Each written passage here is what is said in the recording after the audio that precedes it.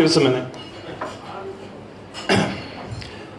Memories like the ones we used to share.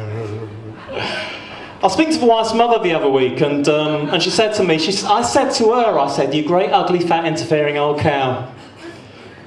Pretty watercoloured man. No, I'm joking. But you thought I was going to, just for a second, didn't you? My name's Nick Randall.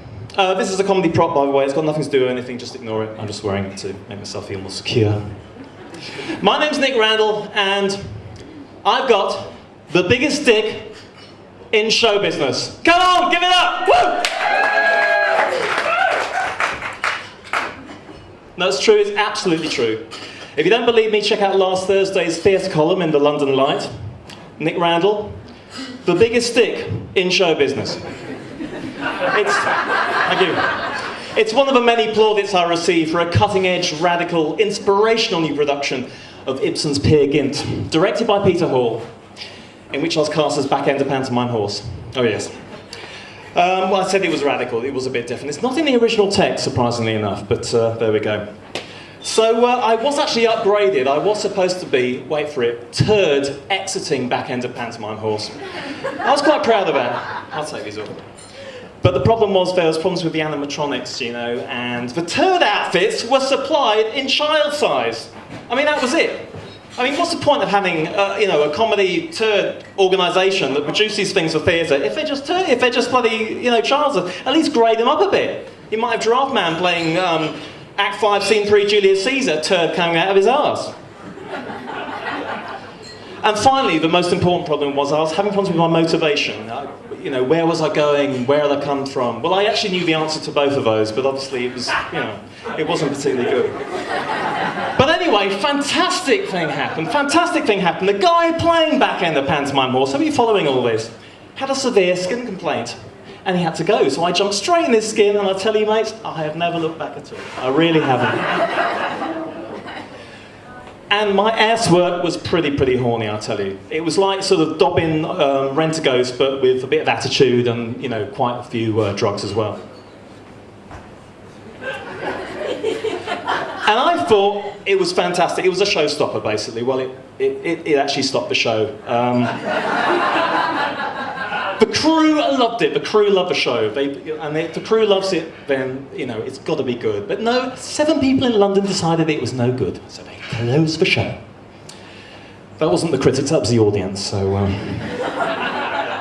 so I was just rather depressed, really. So I went to the pub because I was just a bit depressed, and I was in the pub ordering myself a drink. I saw this guy with this t-shirt, the likes of which I had never seen before in my life. I wasn't sure if it was a new, like, religious significant thing or a political message. So I went up to this bloke and said, my God, mate, I want to shake your hand, mate. This is amazing. I heart NY. I heart NY. I've never seen that before. What does that mean? He said, oh, it actually means New York, mate. I said, oh, right, I've never seen that before. That's fantastic. I said, I heart New York. And he said, no, actually, it means love. And I said, oh, you make me die. I had no idea. I've never seen that before. Does that come with a free, like, Mission Impossible ringtone or something like that? Just to, you know, complete the picture for your mobile. Completely over his head, of course. So I said, all right, well, so you heart New York. So have you actually been to New York? And he said, no. I said, well, how do you know if you heart it then, sweetheart?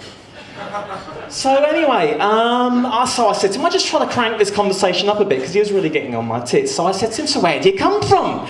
And he said, Stockton-on-Tees. So I said, oh, that's interesting. So what do you do there for kicks? He said, wank, mostly. So I said, that's interesting. I said, with your right or with your left? And he said, with your right or with your left? What? I said, with your right or with your left hand. And he said, well, it depends. I said, depends on what? He said, depends on what I'm doing with the other hand. So that is when I actually murdered him.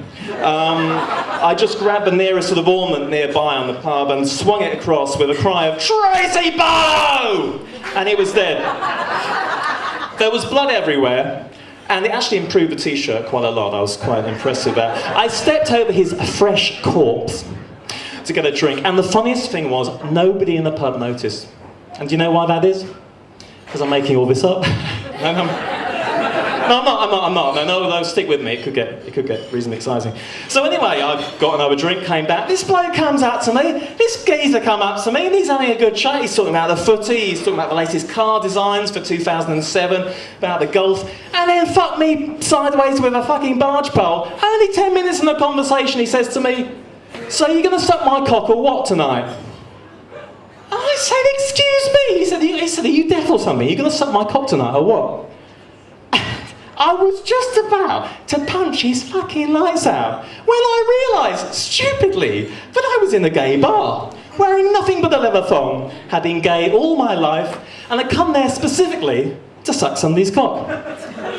It's weird that happens, isn't it? It's like, ooh, ooh. So I bent down, sucked his cock, and he bent down, sucked my cock. And a mere 7 seconds of him sucking my cock. Oh yes, ladies, a mere 7 seconds. I was satisfied. So that was the main thing. And then I woke up, and I found it was all a fucking dream anyway, and I had a crazy straw up my nose with a thing of bloody yoo-hoo at the end of it. So I'm trying to get a moral out of this at the end of the day, and the moral is, just say no to drugs, yeah. Thank you very much. Good night.